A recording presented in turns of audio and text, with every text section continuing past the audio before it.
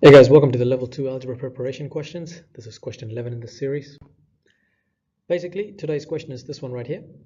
As usual, pause the video, try the question out by yourself and see how far you go with this question. Okay, so hope you have had a chance to actually have a crack at this question. What we have is we've got a parabola. All right, that's the first thing because it's x squared, it looks in the form of a parabola.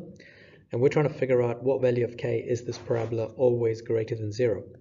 Now, if I was to draw this as a graph, then this parabola we're looking for, it has to be above the x-axis because that's when it's always greater than 0.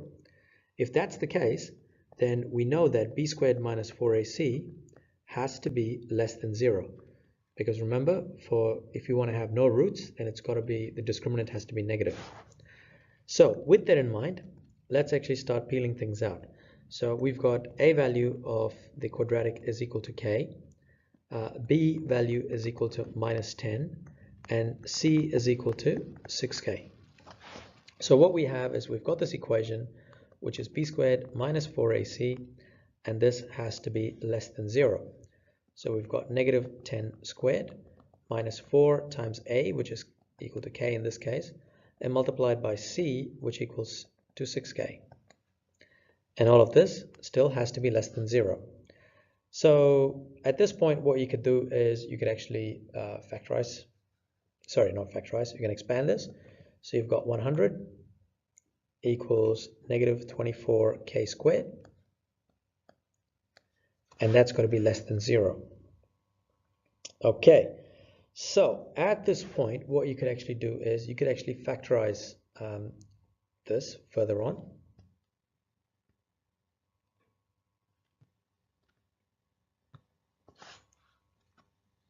But rather than factorize in this case, I'm going to do it slightly different because I realized I've got 24 and 100. It's a bit of a pain to actually work with. But never mind, we're going to get through this anyway. So I'm going to do this slightly in a different way, guys. And later on in the series, I might do the same question, but in a completely different way as well. So I'm going to rearrange this. So it's going to look like this. Negative 24k squared has got to be less than negative 100. All right, just bear with me in this, because this does take a bit of time. So then k squared could be written as less than or equal to minus 100 divided by negative 24. But here's the kicker. Because you're dividing by a negative number, you need to actually change the symbol to the opposite side. So in fact, it actually looks like this. K squared has to be greater than negative 100 divided by negative 24. Now, of course, this could be written as k squared is greater than 100 over 24. And I think this is, you can do one more thing, but I would actually recommend you guys to stop here because this is where you start doing things like what you did in level 1.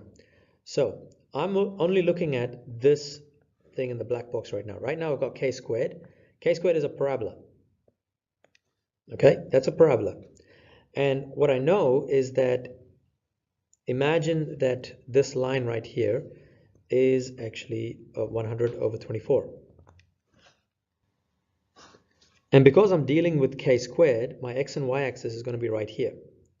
So that's the x-axis, and that's the y-axis. So that point right there is 0, 0. And so I'm trying to figure out when is k squared greater than 100 over 24. So what I could do is I can actually do this. I could put down k squared is equal to 100 over 24. And then when I take the square root of 100 over 24, I end up with 10 over square root of 24. Now guys, unfortunately I'm not actually using a calculator for this. I'm just going to leave my answer as 10 over 24. But here's the thing though, remember that when you take square root of a number, you actually end up with plus or minus. Okay, so that means k is equal to plus or minus 10 over square root of 24. So that means this point right here, it's actually positive 10 over square root of 24.